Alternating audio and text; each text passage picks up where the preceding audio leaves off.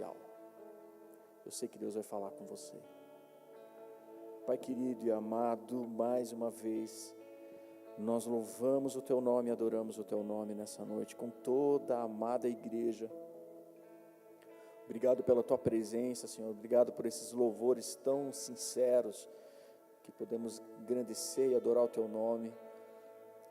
Mas nós queremos aqui, Senhor, ouvir do céu mais uma vez uma palavra para as nossas vidas, e eu me coloco inteiramente à sua disposição. Usa a minha vida como um canal de bênção na vida dos meus irmãos nessa noite.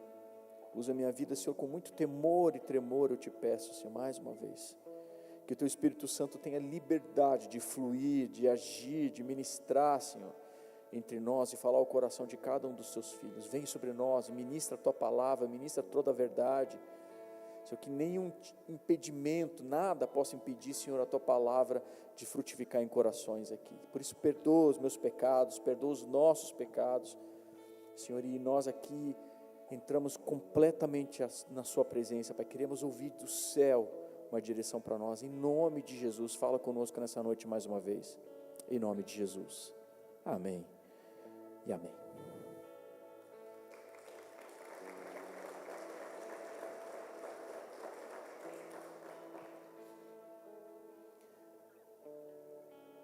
Deus é bom, Deus é misericordioso, Deus é justo,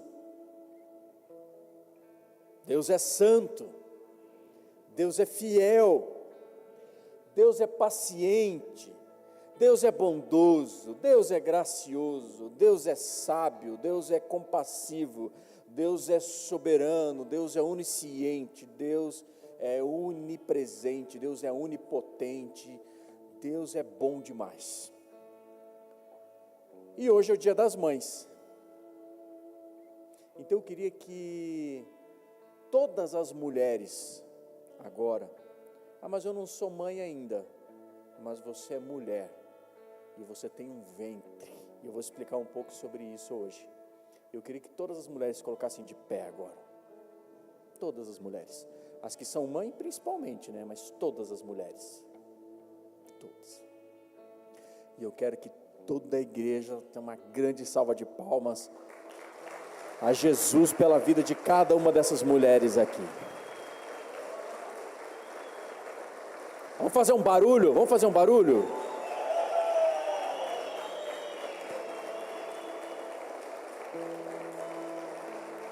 Glórias a Deus pela vida de vocês, viu, irmãs? Glórias a Deus.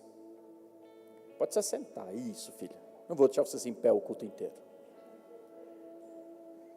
E eu quero mostrar, então, nessa noite para vocês alguns desses atributos de Deus, ou talvez todos esses atributos de Deus, porque nenhum deles ele é separado de si. Não dá para dizer que Deus é amor, sem dizer que Deus é justo. Não, Deus é amor e é juiz, Deus é amor e é justiça, Deus é amor e é paciente, Ele é gracioso, Ele é compassivo, Ele é todos esses atributos numa pessoa só. Tem todas essas características. E eu quero mostrar para vocês hoje aqui um pouco dessas características, desses atributos de Deus, que Deus deu de presente para vocês, mulheres. Então hoje a pregação vai ser dedicada, obviamente, para todos os homens, principalmente para você entender a importância da mulher, mas hoje a pregação é para você, irmã, para você entender o quão preciosa e o quão especial você é para Deus e para nós. Amém. Então eu quero que você aqui, junto comigo, possa entender que a maternidade, ela não é fruto de uma evolução, não é fruto de uma teoria de Darwin. A maternidade, ela nasceu no coração de Deus, e a maternidade, ela tem um propósito. Repete comigo, propósito.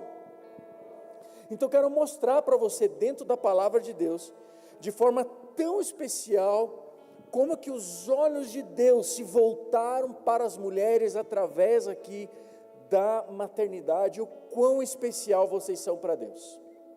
Sabe, amados, ao longo de toda a humanidade, muitas vezes nós vimos aqui mulheres sendo colocadas em segundo plano. Você vai ver ao longo da história do ser humano, teve muitas sociedades, e é assim hoje ainda em algumas nações, onde as mulheres não têm relevância, as mulheres não têm voz, as mulheres estão lá, nem só em segundo, estão em terceiro, quarto plano. Mas isso começou também há muito tempo atrás, e eu acredito que começou há muito tempo lá no Jardim do Éden. Você vai lembrar, Deus fez um jardim, Deus fez o homem, e do homem Deus fez a mulher, e agora o homem e a mulher estão naquele jardim, e Deus os fez com um propósito. Deus deu aquele jardim, Deus deu aqueles animais, Deus deu tudo aquilo que havia naquele jardim, para eles poderem desfrutar, cultivar, governar sobre tudo aquilo. Mas por causa do pecado, por causa da falta de ação, da falta de vigilância, por falta de um silêncio do homem, a mulher caiu num pecado, e foi a primeira que comeu de um fruto de uma árvore que não poderia ter comido. E aí algo acontece, porque quando Deus vai prestar contas com o sujeito, ele diz assim: foi ela, hein? Ele só não esqueceu de dizer que ele estava do lado dela, e não falou, não lembrou ela, não protegeu ela da serpente. Ele só disse: foi ela. E nós hoje, muitos homens, colhemos o fruto daquele silêncio de Adão, até os dias de hoje, mas isso vamos deixar para um outro momento. Tudo bem, homens? É isso aí, nenhum amém, mas nós vamos deixar para outro momento, senão o negócio engrossa o caldo. E aí, a mulher agora, em Gênesis 3:13, vai dizer o seguinte: olha só como a serpente foi sagaz.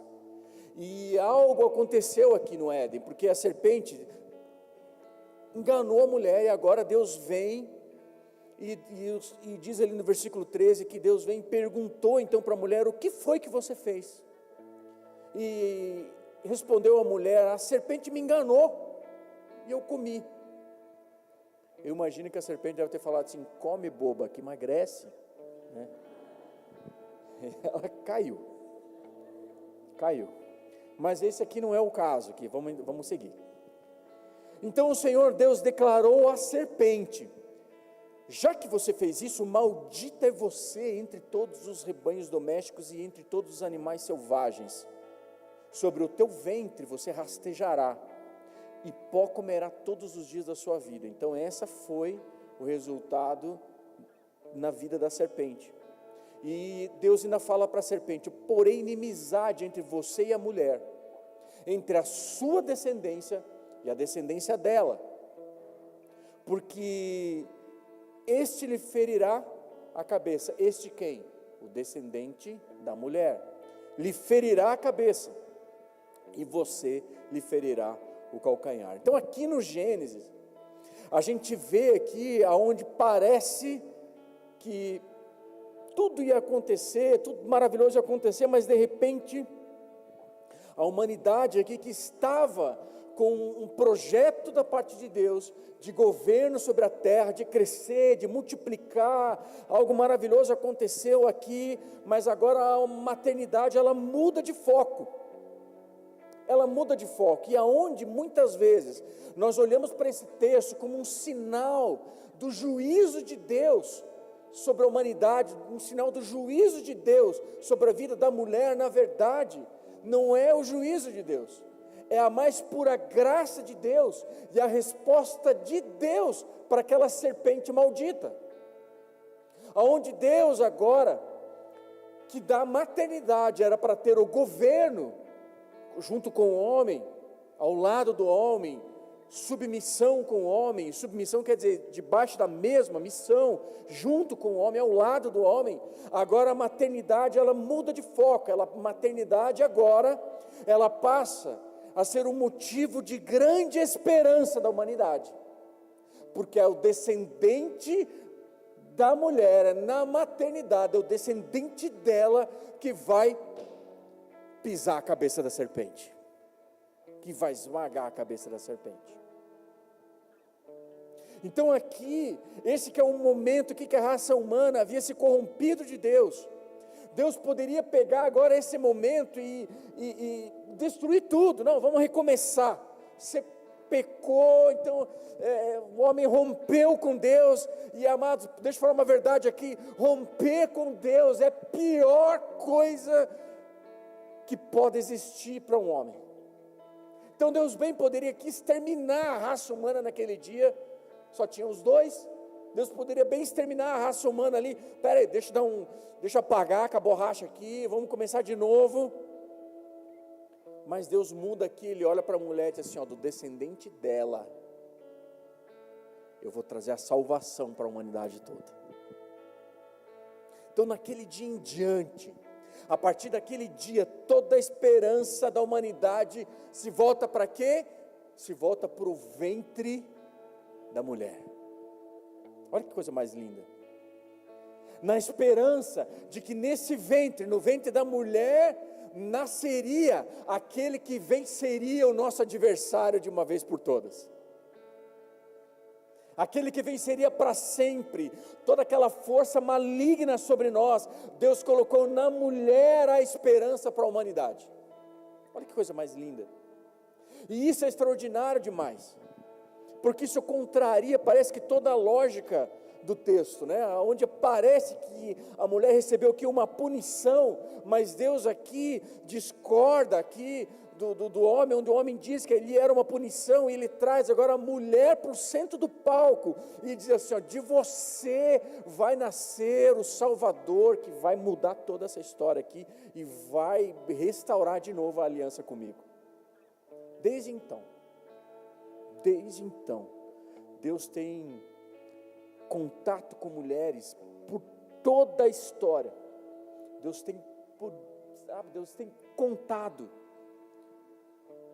tem contado com mulheres que estas entregaram seus filhos nas mãos de Deus.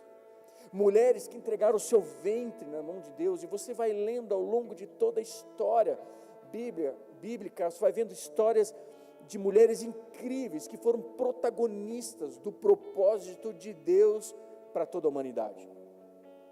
E eu quero falar de algumas dessas mulheres hoje aqui, que a gente possa ver esses atributos de Deus através de algumas dessas mulheres.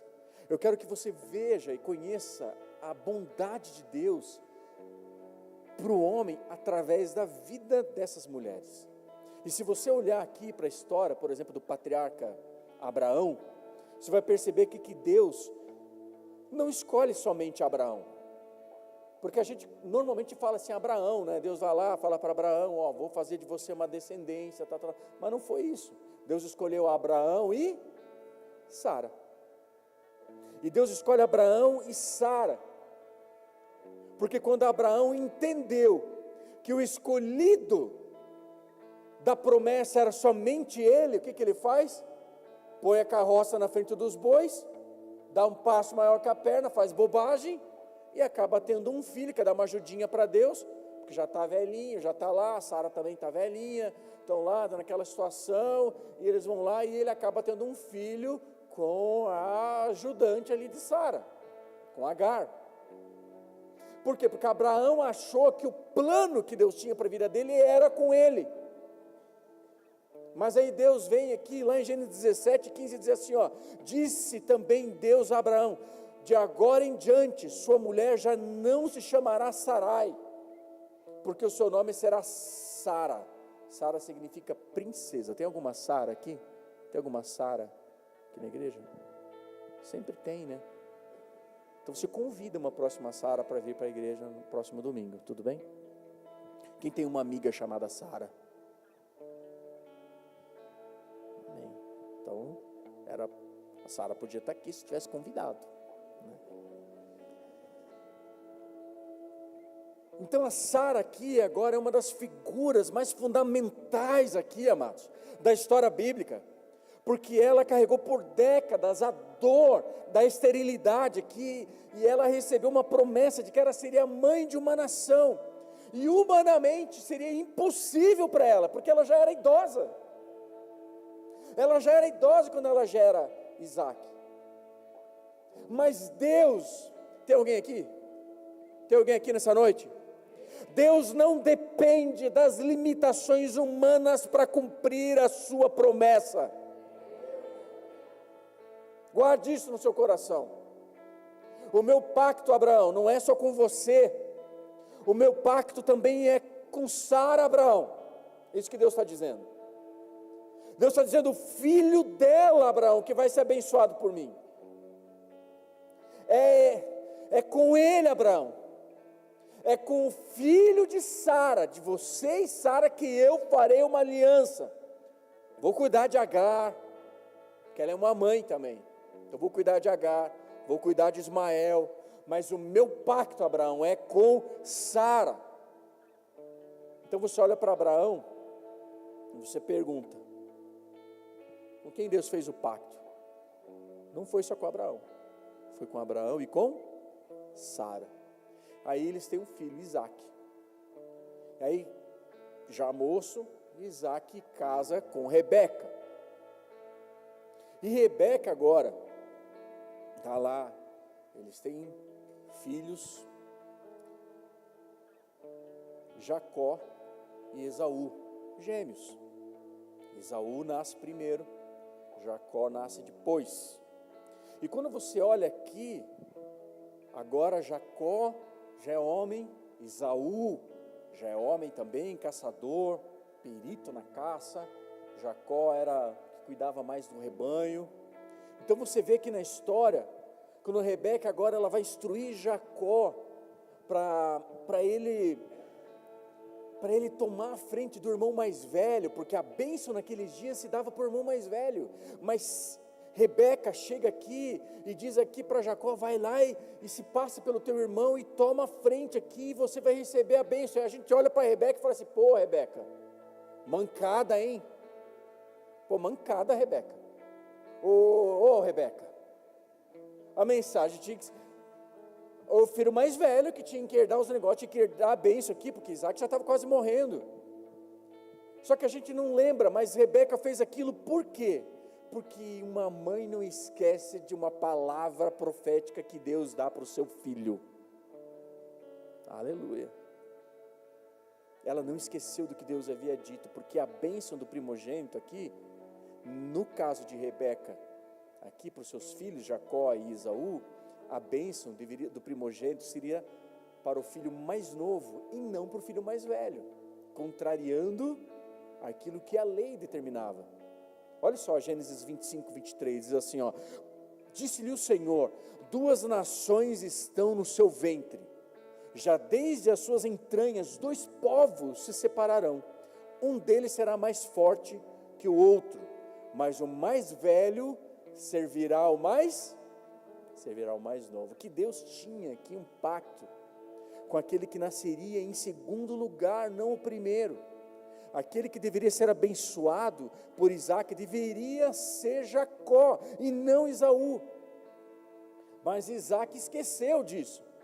Mas uma mãe não esquece. A mãe não esqueceu. A mãe não esquece do que Deus diz a respeito dos seus filhos. E Rebeca então agora, ela foi usada por Deus para preservar a linhagem que daria origem ali na frente às 12 tribos de Israel. Que lição que eu aprendo com essa mãe aqui? Que Deus age em cenários imperfeitos. Deus não precisa se limitar àquela regra ou àquela lei ou aquilo que foi determinado por homens ou a um costume. Não. Deus age, se move em cenários familiares imperfeitos também. Posso ouvir um amém? E aí agora Jacó vai embora. Jacó foge do seu irmão Esaú. E Jacó vai para um lugar, vai para a terra do seu tio. Como era o nome do seu tio? Lá? Não é ladrão, é Labão. Bem? Labão, vai para a terra do tio Labão. E o tio Labão lá tinha 2 filhas. Uma se chamava Lia. E a outra? Como? Raquel. E aí, Jacó chega lá na casa do seu tio, fugindo lá de Esaú, chega na casa de Labão e ele fica loves in the air por Raquel.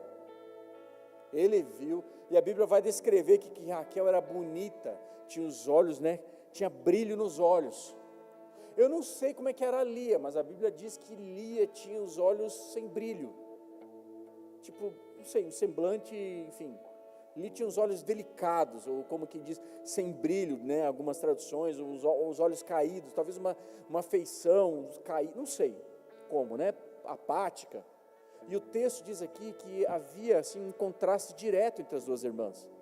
E Jacó se apaixona por Raquel e ele chega para o tio e fala assim, ó, quero casar com Raquel. Ele fala, beleza, 7 aninhos para você trabalhar por Raquel. E Jacó, né, o tio que não era bobo nem nada, pessoal, vou aproveitar essa mão de obra do camarada aqui, pensa assim, né? O cara vai chegar lá, pedir a mão da minha filha, 7 anos vai trabalhar. Tudo bem? Tudo bem, pais? Tudo bem. Os pais, tudo bem, é isso aí, pastor, é nóis. Tá. Então, 7 anos. Aí ele trabalha 7 anos. Chega o dia do casamento. Ele está lá, todo entretido, né? Está todo envolvido no casamento e vai lá, daqui a pouco ele percebe que ele casou com quem? Não casou com Raquel, casou com Lia, que era a irmã mais velha, que tinha os olhos daquele jeito, apática, não era, né, tão bonitinha como Raquel. E ele chega para o tio e vai falar para o tio, ô tio, Labão, que negócio é esse, cara? Eu 7 anos por Raquel, agora não, aqui no costume nosso aqui, a filha mais velha tem que casar primeiro. Então, você vai, né, se casou com Lia. Você quer Raquel? Mais 7 anos para você, filho. Olha o nível do sogro aqui. E aí ele vai, mas como ele era apaixonado por Raquel, ele se casa com Raquel, trabalha mais 7 anos, se casa com Raquel. Só que você vai ver que agora Lia viveu a partir desse relacionamento, ela sabia que Jacó não a amava. Jacó amava Raquel. E ela vive agora a sombra do amor de Jacó por Raquel. Então, Lia se destaca aqui nessa história, não como uma mulher de grandes discursos, não uma mulher que fez milagres, coisas visíveis, não como um protagonismo envolvente, político, não. Lia aqui é uma mulher marcada pela rejeição, pela carência afetiva e de uma maneira que Deus vê a vida dela como os homens a ignoravam.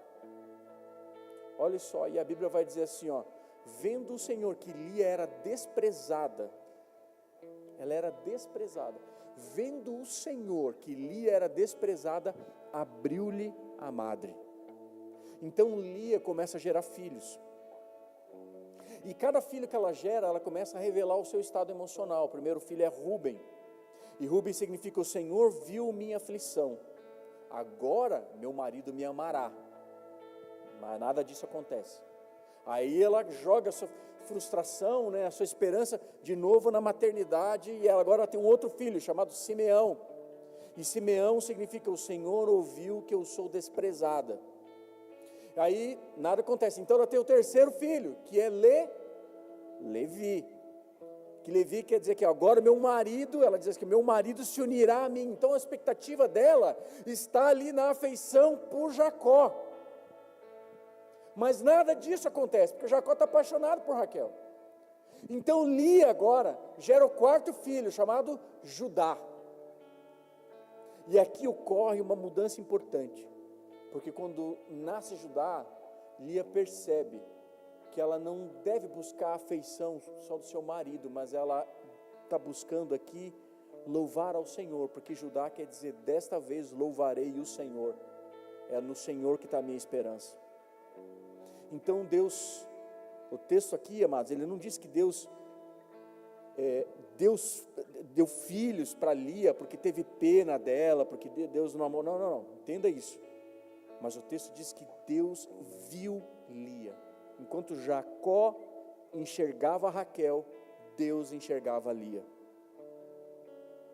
E aqui tem uma das maiores ironias aqui da história bíblica, porque você vai entender algo extraordinário. A mulher amada, olha que interessante, amados, a mulher amada, por um determinado tempo, ela ficou estéril. Ela era estéril por um tempo. E foi justamente a mulher rejeitada pelos homens que carrega aqui a linhagem messiânica. Porque foi de Lia que nasceu Judá, que era a tribo real, que do descendente de Judá viria aquele que governaria sobre as nações, e o governo nunca se apartaria de sua mão. É através do governo da descendência de Judá que nasce Davi, e depois Davi, Salomão e os reis depois de Israel, até chegar em Jesus. Então, durante um período, Deus manteve Raquel estéril, não por punição, não por nada, não, mas porque Deus tinha um plano na vida de Lia. E Deus abriu a madre de Lia, e Deus deu filhos maravilhosos para ela, todos eles com propósito. Levi, geração de sacerdotes, Judá, a geração aqui de reis.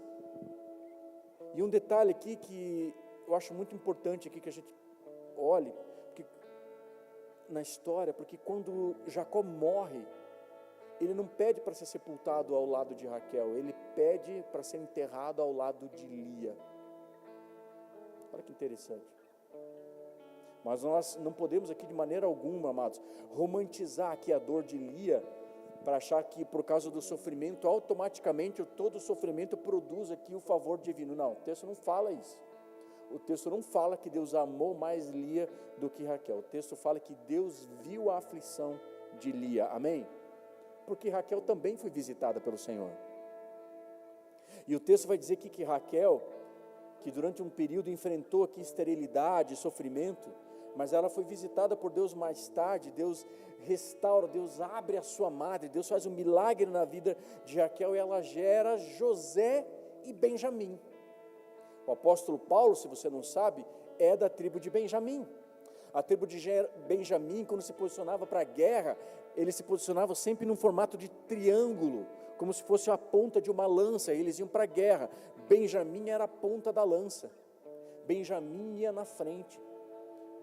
Benjamim era lobo, como a Bíblia fala, aquele que vem, que despedaça o inimigo, que reparte o despojo. Então Benjamim, a tribo de Benjamim. Mas José aqui, também filho de Raquel, foi aquele que num período da história de Israel está com fome, Deus fala assim, Deus move ali, cria uma situação, José vai parar lá, escravo lá no Egito, os irmãos vendem ele, todos os irmãos aí, Judá, Rubem, Levi, eles não eram crentes naquela época ainda, não tinham se convertido. Então eles venderam José lá, e o José vai para o Egito, e quando José vai para o Egito, ele cresce lá no Egito, se conhece a história, se torna governador, e livra Israel, livra a descendência de Israel da fome e da seca. Então José passa a ser um libertador também de Israel, filho de Raquel. Você pode ver aqui que coisa maravilhosa, como Deus pôde contar com mulheres. Posso ouvir um amém? E agora esse povo está lá no Egito, e esse povo está no Egito, e quando eles estão lá, eles crescem, e eles ficam lá mais de 400 anos, e agora mudou Faraó, mudou outros governantes, e esse povo agora passou de ser um povo amigo ali do Egito, para ser um povo escravo, porque o povo de Israel se multiplicou no Egito, e agora que esse povo está escravo no Egito, Deus precisa levantar um libertador para aquele povo. Então Deus vai usar aqui a mãe de um menino, que teve coragem de enfrentar Faraó nos dias do Egito. E não só essa mãe que teve a coragem de enfrentar aqui a lei de Faraó, naqueles dias no Egito, mas ela também encontrou parteiras que ajudaram a mãe desse menino chamado Moisés, parteiras que ajudaram ela a enfrentar o maior poder que havia na terra naqueles dias. Elas desobedeceram às leis e não se curvaram a uma loucura Que loucura que era essa? Porque o faraó ouviu falar de que poderia ter nascido um libertador lá no Egito, e aí o que ele faz? Manda matar todas as crianças, e manda matar todo mundo, e elas contrariam aqui a ordem do faraó, e protegem essa criança à custa de suas próprias vidas. O texto diz em Êxodo 1, versículo 15, diz assim: o rei do Egito ordenou às parteiras, os hebreus, que se chamavam Sifrá e Puá: quando vocês ajudarem as hebreias a dar à luz, verifiquem se é menino, se for, matem-no, se for menina, deixem-na viver. Todavia as parteiras temeram a Deus e não obedeceram às ordens do rei do Egito, deixaram viver os meninos. E por causa desse instinto materno, Israel, anos mais tarde, teve um libertador. Por causa do instinto materno, por causa da maternidade, Israel teve mais tarde um libertador. E a Bíblia vai dizer em Êxodo 2:1, assim, que um homem da tribo de Levi casou-se com uma mulher da mesma tribo, e ela engravidou e deu à luz a um filho. Vendo que era bonito, ela o escondeu por 3 meses. Quando já não podia mais escondê-lo, pegou um cesto feito de junco e o vedou com piche e betume, e colocou nele o menino e deixou o cesto entre os juncos, à margem do rio. Deixou ali à margem do rio. Não foi como você vê no desenho, colocou dentro de um cestinho, né, colocou lá, e colocou no rio, e vai lá o menino andando no rio, e desceu, e o crocodilo tentando comer o cestinho, e vai lá. Não, não foi, ela deixou, o texto não fala isso. Fala que ela colocou num cesto e deixou à margem do rio, junto com juncos ali, tipo, né, como se fosse uma taquara, né, taquaral, que tinha, deixou o menino ali. E aí o que acontece? Você vai vendo aqui um olhar profético aqui dessas mulheres, porque elas têm uma revelação de que aquela criança não era uma criança comum. E posso falar uma verdade para você, sim ou não? Só quem tem intimidade com o Senhor tem esse nível de revelação. E essas mulheres tiveram esse nível de revelação. Elas desafiaram o poder maior, da maior autoridade do mundo naqueles dias, e Deus pôde olhar para aquelas mulheres, e Deus pôde contar com aquelas mulheres ali. Deus pôde contar com aquelas mulheres, Deus pôde contar com aquelas parteiras, Deus pôde contar com a mãe de Moisés, e pôde contar também depois com a princesa aqui, com a princesa que ela traz agora Moisés para ser educado dentro do castelo. E não bastasse isso, a princesa chama a própria mãe de Moisés para cuidar dele. Então você vê o agir de Deus de uma maneira extraordinária através da maternidade. Um libertador do povo de Israel pôde nascer naqueles dias. Mas sabe o que eu acho mais lindo? Deus pôde contar com essa mulher, que desafiou um poder maior do mundo naqueles dias. Deus pôde contar. Deus encontrou alguém que podia abençoar. Deus encontrou alguém em quem Ele podia usar. E Moisés, você conhece a história, se tornou um dos maiores líderes que a humanidade já conheceu, que pegou um bando de escravo e entregou na outra ponta uma nação com leis, com regras, com cultura, com destino, com esperança, com orgulho, com consciência de que eles eram sim uma nação escolhida por Deus para abençoar todas as nações da terra. Uma mãe cheia de fé pode alterar o destino de uma geração. Você pode dizer amém? Aí, esse povo está lá no deserto, eles entram na terra prometida lá na frente, e esse povo não tem rei, eles entram lá, Deus é o seu rei, Deus é o seu governador, e quando eles entram lá, eles entram numa era chamada era dos juízes, ou seja, Deus levantava juízes, Deus levantava governadores para que pudessem dar direção profética, direção para todo o povo, governar o povo. E nessa época dos juízes aqui, Deus usou também uma mulher, que ela foi usada de uma forma extraordinária, e o nome dessa mulher era Débora. Tem alguma Débora aqui? Lá atrás tem uma Débora, viu, Débora? Quem tem uma amiga Débora? Já entendeu, né? Mas a Bíblia não diz que Débora teve filhos. A Bíblia não fala. Não sei se ela teve ou não. A Bíblia não descreve isso. Mas a Bíblia descreve que Débora era a mãe de Israel. Mas em que sentido? A Bíblia descreve ela como mãe de Israel, com uma expressão espiritual, nacional aqui, alguém que cuidava, alguém que protegia o povo durante um período de caos aqui, nacional. Então a sua liderança, ela surge exatamente no momento em que os homens aqui da nação estavam espiritualmente enfraquecidos. Então Débora aparece aqui com uma voz firme no meio desse caos, no meio dessa desordem. Mas Débora não foi lembrada pelo ventre, Débora foi lembrada pela voz. Isso fala para mim, porque talvez, poxa pastor, eu sou uma mulher, mas eu não posso gerar, não tenho meu ventre. Você pode talvez não gerar do ventre, mas você pode gerar do coração, você pode gerar da voz, você pode gerar do amor, do cuidado, algo que Deus deu para você, mulher. E ela representou com firmeza aqui Israel nesses tempos aqui de decadência moral, e a história que mostra algo extraordinário de como Deus levanta pessoas improváveis para restaurar uma geração. Deus usou uma mulher. Tempos depois, ainda nos Juízes, vou correr aqui, Deus usa uma outra mulher.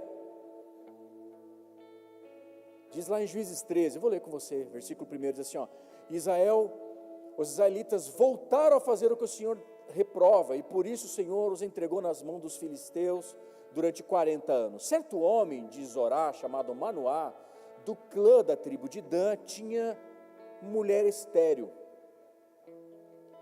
Você vai percebendo como Deus usa mulheres estéreis? Então eu declaro sobre o teu ventre, viu, irmã? Você que não teve filhos ainda, ou que não tem filhos ainda, põe a mão no seu ventre aqui, vai. Pode pôr a mão no seu ventre. Você que não tem filhos, você que é solteira, que é novinha, põe a mão no seu ventre, vai, põe a mão. Talvez seja o tempo, talvez você esteja esperando, talvez seja o momento, você esteja casada, esteja esperando, mas talvez não seja o momento, talvez se nem casada não seja. Talvez seja ainda muito jovem, não esteja nem pensando em casar, mas desde já eu libero essa palavra sobre a sua vida, que o seu ventre seja aberto, em nome de Jesus. E diz o versículo 3, certo dia o anjo do Senhor apareceu a ela e disse, você é estéril, não tem filhos, mas engravidará e dará luz a um filho, todavia tenha cuidado, não beba vinho nem outra bebida fermentada, não coma nada impuro, e não se passará navalha na cabeça do filho que você vai ter, porque o menino será nazireu, consagrado a Deus desde o nascimento. Ele iniciará a libertação de Israel das mãos dos filisteus. Então você vai ver que Deus pôde contar de novo com uma mulher, num período que Israel estava uma decadência, num período que Israel estava passando uma terrível dificuldade, estava aqui sendo massacrado pelos filisteus, e Deus escolhe uma mulher, e a Bíblia não dá nem o nome para ela, diz que ela era a esposa de Manoá, não fala nem o nome, você não sabe nem o nome dela, mas o anjo chega para ela e diz assim, Deus precisa de você, filha, Deus precisa do seu ventre, Deus precisa de você, e você vai dar à luz uma criança, que vai transformar num homem aqui, com poderes extraordinários, esse homem vai libertar o povo de Israel, e nasceu esse menino tempo depois, e o nome dele era Sansão.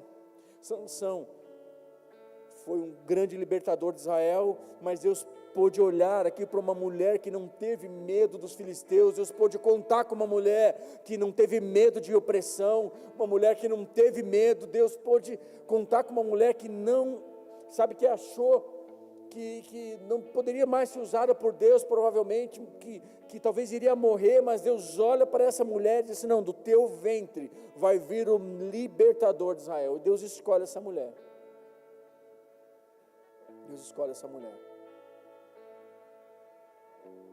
Sabe, hoje nós estamos aqui celebrando o Dia das Mães, Por que a gente celebra o Dia das Mães? Porque o Dia das Mães é para a gente um meio pelo qual Deus resolveu salvar a humanidade. Pelas mães. Um Deus, sabe, que num mundo patriarcal, Deus fez aliança com mulheres, contou com mulheres, que, sabe, as procurou, Deus olhou para elas e, sabe, fez dessas mulheres, muitas delas frágeis, Deus fez delas maiores soldados, as maiores aliadas que Deus poderia ter num tempo. Foi assim com a mãe de Isaac, com a mãe de Jacó, foi com a mãe de Moisés, foi com a mãe de Sansão, e foi assim também com a mãe de um outro juiz, chamado Samuel.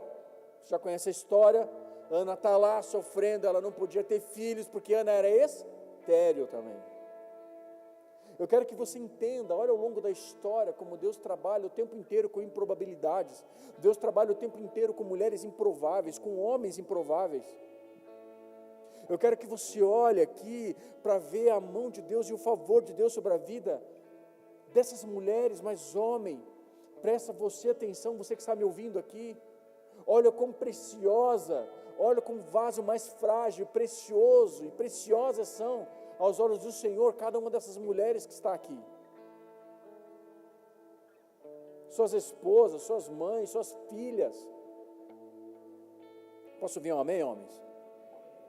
E aí diz aqui que Deus, num povo aqui, num momento aqui, que havia um clamor aqui em Israel, porque a linhagem sacerdotal estava comprometida, porque o sacerdote aqui, Eli, o sumo sacerdote aqui já não conseguia controlar mais os seus filhos. Então a linhagem sacerdotal que estava comprometida, porque os caras estavam enterrados no pecado. E aí agora surge uma mulher de fé inabalável aqui, e quando essa mulher ora, Deus olha para a vida dessa mulher, e Deus fala para ela assim, ó, o Senhor dos exércitos, se tu deres atenção à humilhação da tua serva, à oração de Ana, se lembrares de mim e não te esqueceres de tua serva, mas lhe deres um filho, então eu dedicarei ao Senhor por todos os dias de sua vida, e o seu cabelo e sua barba nunca serão cortados, e ela apresenta essa oração ao Senhor, ela se torna aqui uma aliada de Deus. E o que eu acho extraordinário aqui, amados, que diz lá em 1 Samuel 1, 19 e 20, diz assim, na manhã seguinte, eles se levantaram e adoraram ao Senhor, então voltaram para casa em Ramá. Eucana teve relações com sua mulher Ana, e o Senhor se lembrou dela. Assim, Ana engravidou, e no devido tempo deu à luz a um filho, e deu-lhe o nome de Samuel, dizendo, eu pedi ao Senhor. Aqui mostra, amados, o vínculo aqui, a resposta de Deus, a fé, a oração de uma mulher, que se colocou à disposição, porque o sacerdócio estava corrompido. Deus olha aqui e diz assim, Ana, eu reconheço a sinceridade da sua oração, você pode doar o seu ventre para que eu possa trazer de volta uma voz profética para Israel. E ali nasce um dos maiores juízes que Israel já poderia ter. Posso contar com você, Ana? E Ana entrega o filho ao Senhor. Deus pôde contar com o ventre dessa mulher. E também anos mais tarde, muitos anos mais tarde, você vai ver na história de novo de Israel, onde o sacerdócio está corrompido. Você vê da mesma história uma mulher agora, que ela era uma senhora idosa, que já estava sem esperança de ter filhos. Também seu ventre era estéril. E novamente Israel está numa situação terrível. Sabe por quê? Porque Roma aqui estava dominando Israel. Os romanos aqui tinham entrado no templo. Vem comigo. E os romanos tinham tirado Deus do templo. Vocês estão aqui? Os romanos tinham tirado Deus do templo. E os romanos agora perceberam que era o sumo sacerdote, ele era uma figura que crucial no controle aqui da nação de Israel. E Roma entendeu aqui então que a forma de controlar Israel seria controlar o sumo sacerdote. Então o que eles fazem? Fizeram um acordo com o sumo sacerdote chamado Anás. Um cara político populista, que o povo adorava, e ele se enriquecia às custas da fé do povo. Então Roma faz um acordo aqui com o sumo sacerdote, e ele inicia aqui uma nova fase de sacerdotes sendo corrompidos, porque esse sacerdote, sumo sacerdote Anás, que ele teve 5 filhos, cada um deles também foi sumo sacerdote, e quando ele não tinha mais filhos, ele colocou o seu genro, chamado Caifás, para ser sumo sacerdote. Então era a garantia que os romanos tinham de poder contar aqui com o controle, com o favor aqui do templo, e com o controle ali de Jerusalém, de Israel. E como Deus não tinha mais voz dentro do templo, sabe aonde Deus vai clamar? No deserto. Aí Deus aparece através de um anjo a um senhor chamado Zacarias. Por que ele aparece para Zacarias? Porque além de Zacarias ser um homem de Deus, ele é casado, sabe com quem? Com Isabel. E Isabel, ela era descendente direto da casa de Arão. E para ser sumo sacerdote, não bastava somente ser da tribo de Levi, tinha também que ser da casa de Arão. Então Deus chamou uma mulher idosa da casa de Arão e disse: eu não tenho mais sumo sacerdote aqui no templo, e eu preciso anunciar o Cordeiro que vai tirar o pecado do mundo. Você me empresta seu ventre? Você me empresta seu ventre? Porque os romanos já tomaram o templo, os romanos já tomaram todo lugar, e o sumo sacerdote já não me ouve mais. O sumo sacerdote, ele ouve, sabe quem? Ele ouve o Tibério César. Ele não ouve mais a Israel, não ouve mais o sumo sacerdote. Então, Isabel, eu preciso de você. E ela se torna mãe, sabe de quem? João Batista. E ele passa a ser uma voz. A voz de quem? Daquele que está clamando, não dentro do templo, mas lá no deserto. Quem é que estava clamando no deserto? Deus. E João Batista se torna a voz daquele que clama no deserto. E o povo passa a ouvir João Batista lá no deserto, porque o templo estava ouvindo Tibério César, e ele passa aqui a clamar no deserto, até que chega um dia, ele aponta para alguém e diz assim: eis o Cordeiro de Deus, que tira o pecado do mundo. Porque Deus pôde contar com o ventre de uma mulher. E para encerrar, para que esse Cordeiro de Deus pudesse vir ao mundo, ele vai encontrar agora aqui o ventre de uma mulher muito corajosa, o ventre de uma adolescente, Maria, a quem Deus pôde chamar de sua parceira. Foi parceira de Deus, porque Deus chega para Maria através de um anjo e diz assim lá em Lucas 1, versículo 30, assim: não tenha medo, Maria, você foi agraciada por Deus, você ficará grávida e dará à luz a um filho, e lhe porá o nome de Jesus.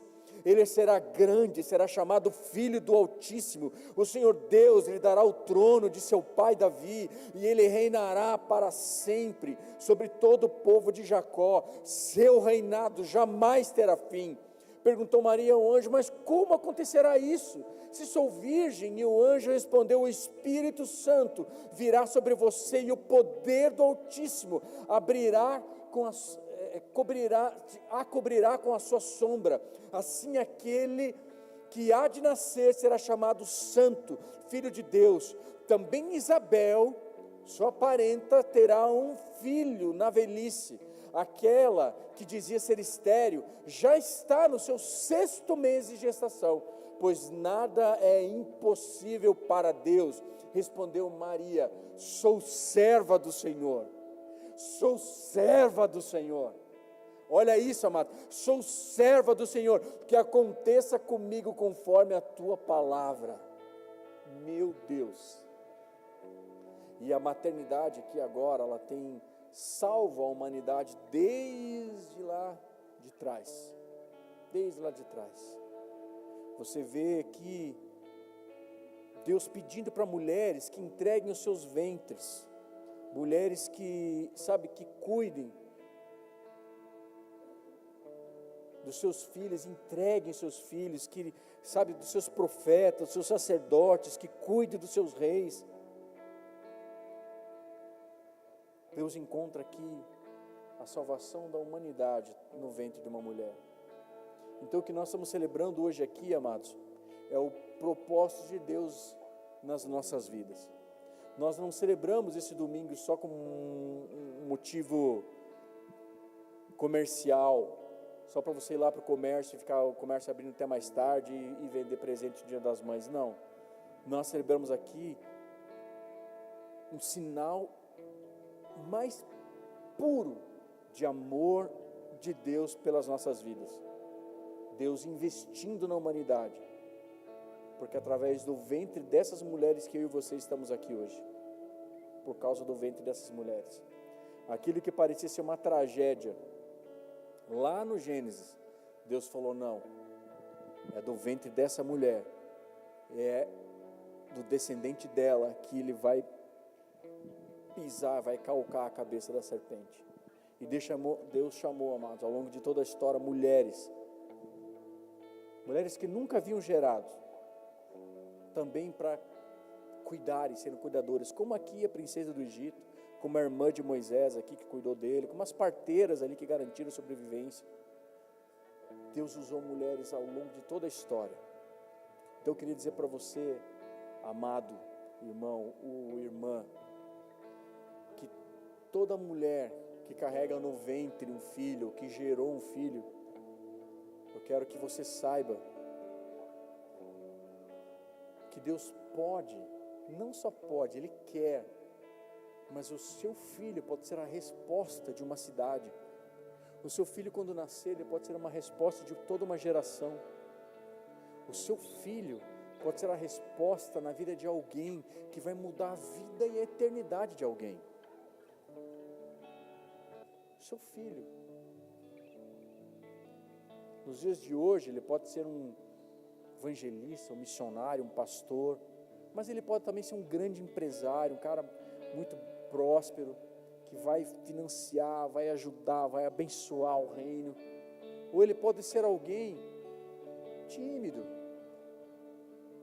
mas ele encontra com alguém, às vezes lá naquele banquinho lá do consultório médico, no hospital, está esperando por horas, ele pergunta a história de alguém, e esse alguém conta a sua história, e você não sabe, mas a história que ele conta é que ele foi salvo, que ele foi redimido, que a sua mãe ensinou todos os seus princípios de vir amar a Deus e cuidar, né, e entregar a sua vida para Jesus, e aquela pessoa evangeliza alguém, e esse alguém entrega a sua vida a Jesus e tem a sua vida e seu futuro mudado, e sua eternidade mudada. Então, eu quero dizer para você, amados, que Deus é um Deus que usa pessoas improváveis, a começar por mim. Talvez eu sou aqui um dos mais improváveis que poderia estar aqui em cima hoje, dos mais improváveis. Talvez você que está aí, talvez seja uma das pessoas mais improváveis. Eu não sei qual foi o seu contexto, a sua história. Eu não sei, talvez você nasceu num lar que teve um pai e uma mãe presente, mas talvez você veio de um lar que não teve uma mãe presente, ou não teve um pai presente. Ou você veio de um lar completamente, desconstruído. Não importa. Quero dizer para você que se você está aqui me ouvindo, é porque Deus conta com você. Deus conta com você. Deus conta com você, mulher, porque é do seu ventre, é do ventre de uma mulher que veio a esperança para o mundo. E você, meu irmão, você nasceu de um ventre. Talvez seja você a esperança que o mundo está precisando, que esse bairro está precisando, que a sua família está precisando, que essa cidade está precisando. Curva sua cabeça, feche seus olhos. Pai querido, eu quero entregar a vida de cada um dos teus filhos aqui nessa noite. Eu quero entregar a vida de cada uma dessas mulheres, te agradecer pelo ventre de cada uma delas, pela disposição de cada uma delas, em gerar frutos que seriam resposta e serão a resposta de Deus para a humanidade. Pai, eu te peço que o Senhor abençoe a vida de cada uma dessas mulheres, que o Senhor abençoe a vida desses homens que estão aqui, que têm um propósito, que carregam um propósito, Pai, no nome de Jesus, que a Tua bondade, que o Teu favor venha, se derrame sobre a vida de cada um deles. Pai, restaura essa casa, restaura essa igreja, restaura corações e dá o entendimento de cada um deles, Pai, revela o entendimento no coração de cada um deles, que cada um que está aqui nasceu com um propósito de abençoar a sua descendência e a sua geração, e abençoa a vida de cada um deles, Pai. É o que nós pedimos em nome de Cristo Jesus. Amém e amém. Vamos aplaudir a Jesus.